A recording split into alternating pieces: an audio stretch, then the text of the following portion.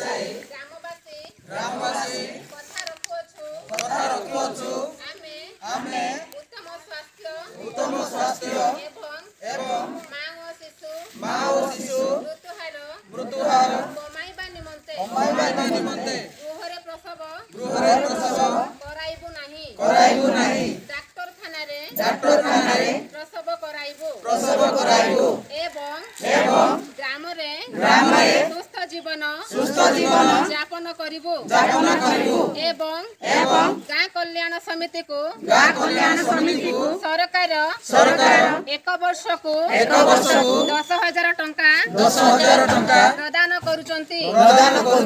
ସେଇ ଟଙ୍କାକୁ ଉପଯୁକ୍ତ ଭାବରେ ଆମେ ଗୁଡିସାହି ଗ୍ରାମବାସୀ ଗାଁ କଲ୍ୟାଣ ସମିତିରେ ଉନ୍ନତିମୂଳକ କାର୍ଯ୍ୟକ୍ରମରେ ଖର୍ଚ୍ଚ ପ୍ରଦାନ କରିବୁ।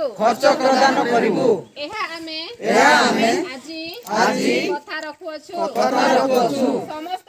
ସମସ୍ତଙ୍କୁ ଧନ୍ୟବାଦ।